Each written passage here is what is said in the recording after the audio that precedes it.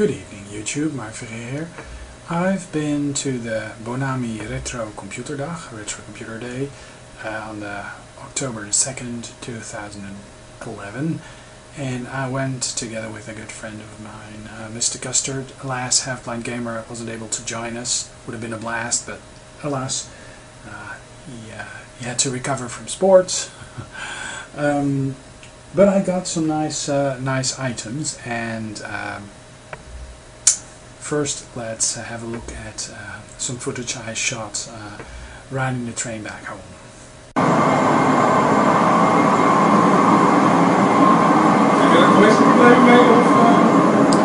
Ik heb de draadloze versie.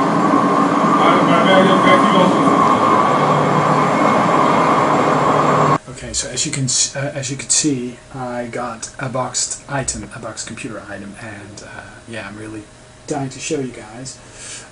What did I get? I got a couple of games, and this is actually a very nice game, and this is the game of Astro Dodger, which is a new developed game, and it actually came out. It came out on the day that the retro gaming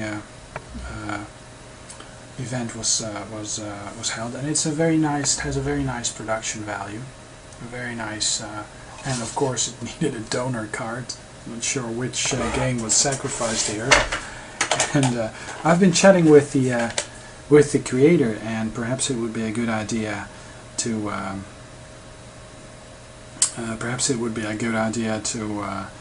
have an interview with this guy, because he's really, I mean, he's into programming the Vectrex. He's into programming the old Odyssey2 or video pack, and yeah, this box is actually quite tattered, and he thought I would, you know, put it into a bigger box, but better box. But you know, I'm gonna put it in this almost opaque box. And as you can see, and the creator made a point of it, the artwork is pretty cool. It's a mixture between the US artwork and the Philips video pack, which is quite video pack artwork, which is quite different and not very liked by many Americans. But yeah, I am going to have some gameplay footage up on this game pretty soon, and it's a spaceship, vertical spaceship evasion game, and if you look on YouTube, you can actually find some game footage.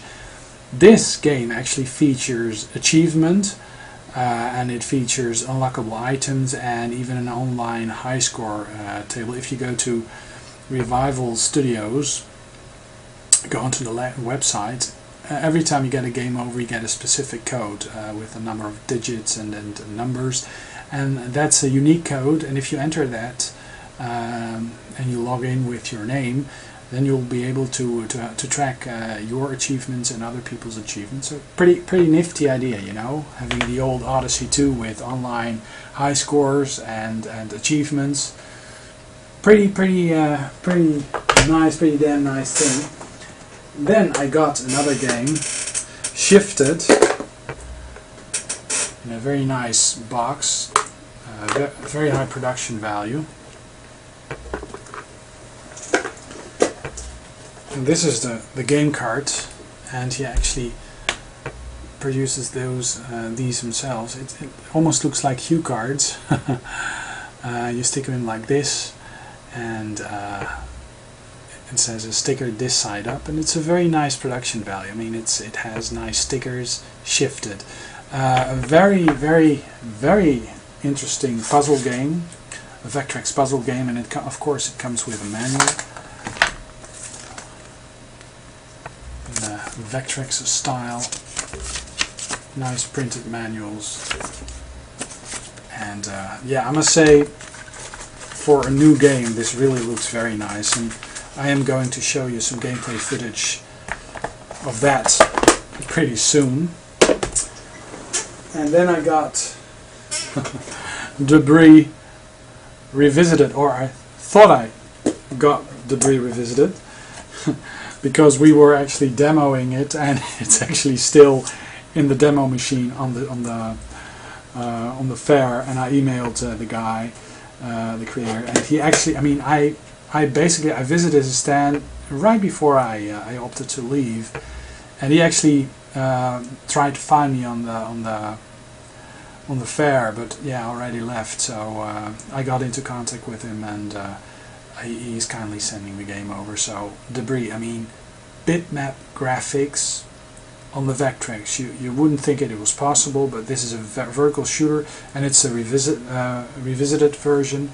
And he showed me some demos on the Vectrex that were just amazing. I mean, this guy really knows how to do his stuff.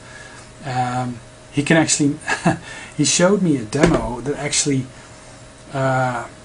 shows a Commodore 64 loading screen, directory listing, decrunching, and does one of these scrolling Commodore 64 demos, and actually plays some sort of SID chip sound. So it's pretty amazing stuff, and being able to talk to the programmer of that stuff is pretty cool.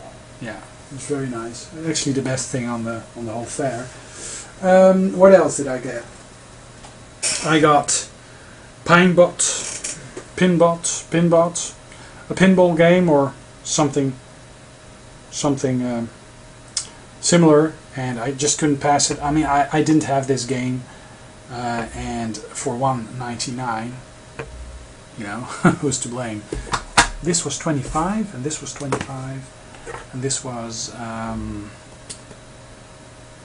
40.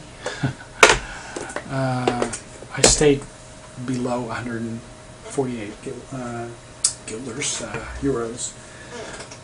And this game I didn't have either, and it has a very nice label, and it's Tailspin, also for $1.99. And I mean, at these prices, you just can't pass up a game. This, I mean, I'm not sure if you can see the label, but it's mint condition almost. And the cartridge is also looking very nice, so very stoked with that Capcom game. And then for €5, I got this game, and it also has a very nice, and it's the Flintstones, the rescue from Dino and Happy, and that's this game, Taito game, the Flintstones, €5 with a sleeve. Who can go wrong? Okay, so looking forward to playing those games. And then Rage Racer. This also was like €5 or something, and I was interested in it because it came with a Namco demo disc, which I did not have with my original copy. So yeah, discs, manual, pretty good condition, €5. I mean, come on, you can't pass that up. And then La pièce de résistance. I already had this one. I bought this game to play on my Atari 400, and it plays it very nicely. Very nice. This is a game that's actually compatible with the entire 8-bit range of Atari computers. Also the Atari 400, and this cartridge, I mean, it doesn't have a scratch on it, you know, it's pretty much mint. That I already had, but these games actually are games that I got, and these are the games that I actually want to have on every system I get. So this one, Pac-Man, the computer game. I mean, I believe Steve Benway has been showing some footage, perhaps Tony Cruz as well. I mean, this looks very similar, pixel perfect, to the Commodore 64 version, but this Atari Soft version is a very Bally Midway, very Namco America, yeah. This Atari Soft version is very good. And this cartridge, well, it has been played, you know, so there are some scratches, but yeah, pretty stoked to have that. And of course, I mean, it's one of my favorite games, and this is different. I mean, it has a different label, a newer label, and this is similar to the XE line, I guess, but this also plays on the Atari 400, and it's Miss Pac-Man. and it's a great game, and it's also very similar to the version that's on the Commodore 64, and I just love playing these ports, and these are pretty good ports. So, and then €5, and this is a Mr. Benway inspired purchase. So it's a boxed version of Defender, and the box is in pretty nice condition, as you can see. I mean, it has, you know, it has been used, but yeah. And the cartridge is on top, and there's a manual, and the card is actually looking in very nice condition. Defender. And I'm looking for more cards, so if anyone wants to get rid of his old Atari 8-bit cards, playable on, you know, old Atari computers, I'm game. And this is the the 19-day warranty. Well, I guess this won't be working, but this is the 19-day warranty card. Atari Service Center in Sunnyvale, California, and it's very cool to see that address. The real Atari. And this is the manual, which looks in a very good condition. Oops. Yeah, you wonder what this girl is doing there, but.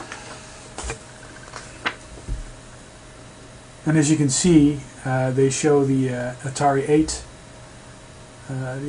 800 version, and I always thought that the Commodore 64 really looks like, you know, the keyboard of the Commodore 64 really looks like the Atari 800, the old Atari 800. I mean, if you look at it very, you know, glance at it briefly, you just think it's a Commodore 64, but it isn't. It's an Atari 800. And yeah, that's a machine I would love to own.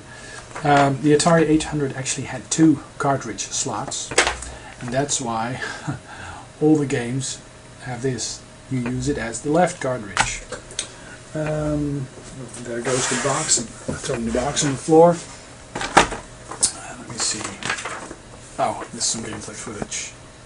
Very, very nice. Very cool game. Very great sound effects. And it actually explains how to play the game. A very nice manual. I mean, a very high quality manual with a lot of explanation on how to play the game, the strategy, and then the scoring. So, yeah, I'm pretty stoked to have this. And let me see how I can, like so. And store it like this. And it's amazing that these boxes actually withstood the test of time, because I mean these boxes are ancient, you know. I mean, this game is from 1980, 81, 82, 83. Oh, 1987 it says here. So I guess it's I thought it was earlier, but it says here 1987, so I guess 1987 or 17 when this came out. And then, yes, a boxed, slightly, the box is slightly damaged, but a boxed Atari 800 XL computer. And I just love the way these boxes look.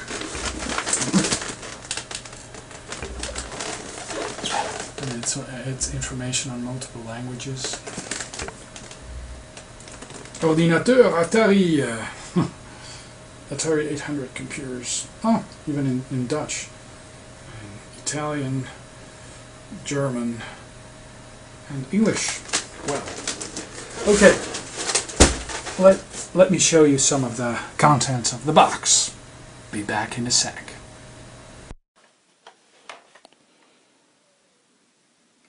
It's a pretty good neck. Especially this part that has a few scratches, but these are often in very, very, very bad shape, but these are okay. So the machine isn't yellowed, so it's a very nice white looking machine. The only part that may be a bit yellower is this one, but for the rest it's just, and And I mean serial number 084. That's incredible. Telecoda reparatie. So I guess this has been repaired somewhere in its history.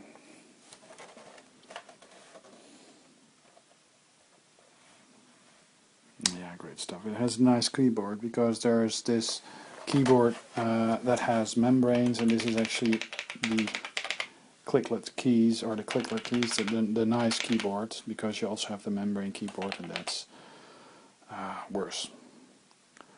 So yeah, pretty stoked at getting this, and I'm in need of a solid state storage solution for this machine.